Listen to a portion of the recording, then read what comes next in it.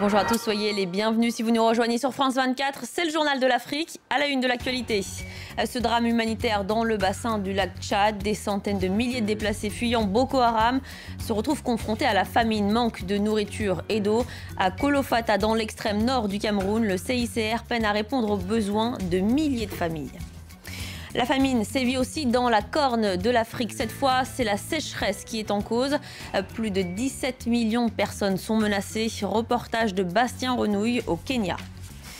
Et puis en Afrique du Sud, les appels au calme n'ont pas été entendus. À Pretoria, une marche anti-étranger a réuni 1 millier de personnes. La police a dû intervenir pour éviter les affrontements entre riverains et immigrés. C'est l'un des aspects méconnus de la présence de Boko Haram, la famine, forcée à fuir les violences de la secte djihadiste nigériane. Des centaines de milliers de personnes se retrouvent sans ressources. Il serait plus de 2 millions de déplacés dans le bassin du lac Tchad. 14 pays promettent une aide d'urgence de 672 millions de dollars, mais ce n'est pas suffisant. À Kolofata, dans l'extrême nord du Cameroun, les populations peinent à se nourrir. Voyez ce reportage de nos envoyés spéciaux Marcel Amoko et Zigo Tochaya. Quelques sacs de riz pour tenir quelques jours. De quoi soulager ces déplacés qui peinent à manger au quotidien, des familles ayant fui les exactions de Boko Haram pour trouver refuge ici à Kolofata, une localité camerounaise à quelques kilomètres de la frontière avec le Nigeria. Pour la première fois, elles reçoivent des vivres de la Croix-Rouge internationale. Sur les 20 000 déplacés de la zone, seuls 3 000 auront droit à une ration alimentaire, au grand regret de Salomon qui organise cette distribution. Ils ont tout perdu et tout abandonné. Et ici dans la localité, ils sont tous vulnérables. Mais dans la mesure où nous ne pouvons pas prendre entièrement toutes ces personnes en charge, compte tenu de nos moyens, il a fallu procéder à un échantillonnage. Pas assez de fonds pour subvenir à tous les besoins.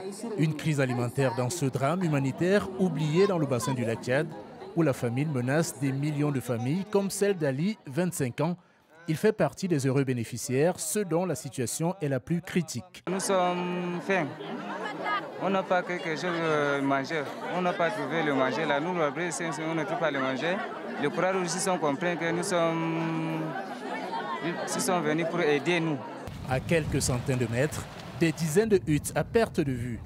Un camp de fortune, comme il y en a des centaines dans la région. Des déplacés, mais aussi des réfugiés venus du Nigeria comme Chetima. Originaire de l'État nigérian du Borno, fief de la secte djihadiste, il s'est réfugié au Cameroun il y a 1 an avec ses 3 femmes et pas moins de 17 enfants. Son défi quotidien, nourrir cette famille nombreuse grâce à de petits métiers. Je vends du bois de chauffe et de l'eau. Et si j'ai un peu d'argent, on se débrouille pour trouver à manger. Comme eux, 10 millions d'habitants réfugiés ou déplacés de la crise Boko Haram ont besoin d'une aide d'urgence autour du bassin du lac Tchad. Et dans la corne de l'Afrique, la sécheresse est à l'origine de la famine qui sévit notamment en Éthiopie ou encore en Somalie. Le Kenya aussi est touché. 2 700 000 personnes sont impactées par le manque d'eau. L'état d'urgence a été déclaré. Plus rien ne pousse dans les champs. Le bétail meurt de faim et les habitants n'ont presque plus rien à boire ni à manger. Le reportage de Bastien Renouille. Après parfois plus de 5 heures de marche, les troupeaux arrivent au seul point d'eau de toute la région de Kinango. Tous les jours, animaux et éleveurs se succèdent autour de ce réservoir. Une oasis qui se transforme en piège pour certaines bêtes. Il faut parfois des heures pour parvenir à les sortir de la boue qui borde l'eau. Je passe mon temps à faire des allers-retours entre ma terre et ce point d'eau, sans leur donner à manger. C'est pour ça que cette vache est épuisée et qu'elle reste coincée ici. Pour aider les populations pendant la sécheresse, le gouvernement a créé une agence dédiée. Mais elle dispose de peu de moyens. Les dernières livraisons de nourriture ont eu lieu en décembre. Depuis, seuls quelques fermiers ont obtenu de quoi nourrir leurs bêtes. Voilà une partie des aliments pour animaux que nous avons distribués aux éleveurs du comté. On leur a fourni environ 700 sacs de nourriture. Une distribution insuffisante dans cette région où l'élevage et l'agriculture sont les principales sources de revenus. Ici, il n'a pas plu depuis 1 an, plus rien ne pousse. Face à l'échec du gouvernement, les ONG prennent la relève. La Croix-Rouge kenyane teste un programme de distribution d'argent aux plus nécessiteux pour tenter d'éviter la famine. Avec la sécheresse, le prix des denrées de base a augmenté. Donc on a créé ce programme d'aide qui nous permet de leur transférer de l'argent.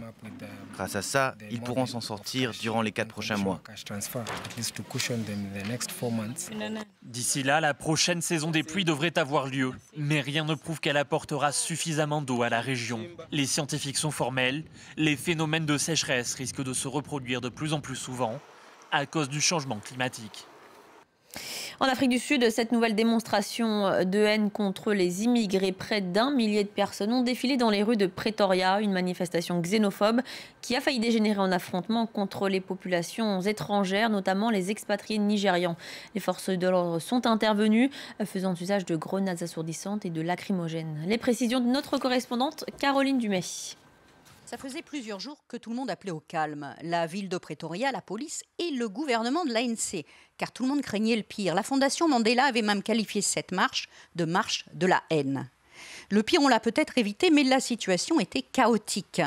Le groupe qui avait organisé la marche des résidents de Mamelodi, un township de Pretoria, l'a fait pacifiquement. Mais il y avait d'autres groupuscules, des hommes armés, cagoulés, qui ont frappé à coups de bâton, qui ont menacé les étrangers. On accuse les étrangers d'être responsables du crime, d'être responsables du chômage. Ce soir, le sentiment xénophobe en Afrique du Sud est bien vivant. On se souvient des émeutes de 2008 qui ont fait 70 morts. Et on sait que si le pire aujourd'hui a été évité dans la capitale, c'est à cause d'un incroyable déploiement de force. 136 personnes ont été arrêtées. Allez, dans le reste de l'actualité, l'ancien président tunisien une nouvelle fois condamné par contumace.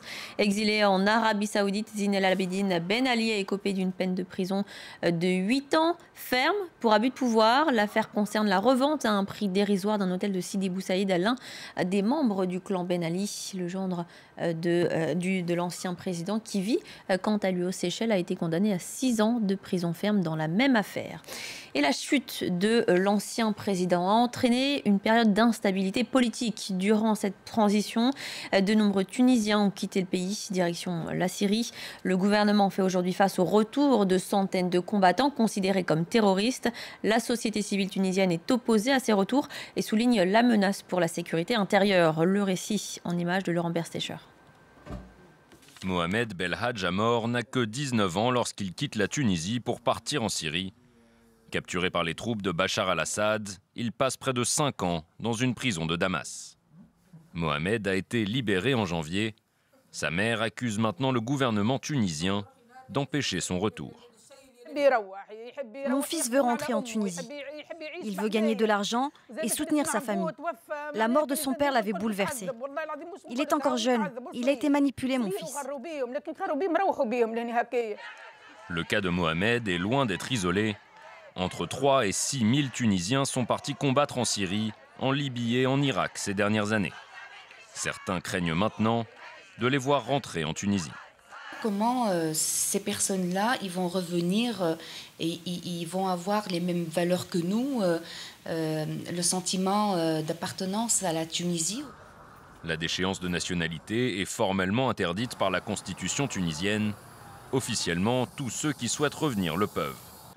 En pratique, la procédure est nettement plus compliquée, car il est presque impossible de déterminer quels sont les jeunes qui représentent une menace. Il n'y a pas possibilité d'assistance et d'aide entre la Tunisie et la Syrie s'il n'y a pas des relations diplomatiques. Et on n'a pas les dossiers, on n'a pas la possibilité d'avoir des moyens de preuve. On compte juste, actuellement en Tunisie, on compte juste sur l'aveu. Alors que le débat fait rage, le spectre des attaques de 2015 plane toujours sur la Tunisie. Les massacres de Sousse et du musée Bardo avaient été perpétrés par des Tunisiens qui étaient partis combattre à l'étranger. Allez, avant de se quitter, direction Ouagadougou pour la 25e édition du FESPACO. Le plus grand festival de cinéma africain ouvre ses portes samedi. Au programme, 164 films de tout format sont en compétition pour la récompense suprême, les Talons d'Or de Yenenga. Une 50aine de films seront aussi présentés hors compétition. Les projections, souvent, se font en plein air ou dans des lieux insolites. Voilà, c'est la fin du Journal de l'Afrique. Merci de votre fidélité. Tout de suite, c'est la suite de Paris Direct avec Florence Tomaso et je vous retrouve dans 3 quarts d'heure pour un nouveau journal.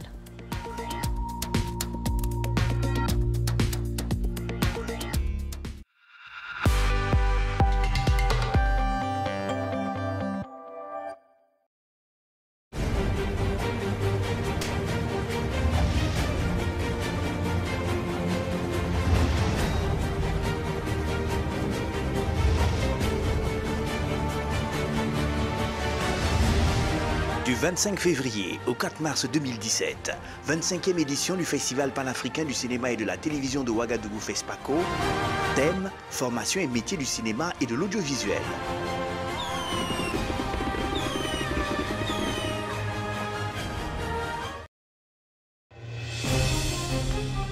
À l'occasion de son assemblée générale qui aura lieu à Dakar du 21 au 24 février 2017, l'Union africaine de radiodiffusion, l'UAR, célébrera son 10e anniversaire. Les délégations de 46 pays membres sont attendues dans la capitale sénégalaise. Du 21 au 24 février, tout sur les perspectives africaines du développement de l'audiovisuel.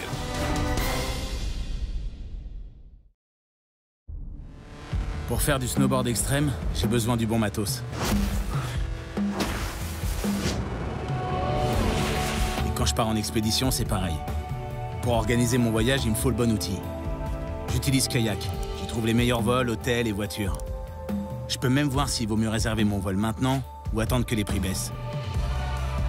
Essayez kayak.fr.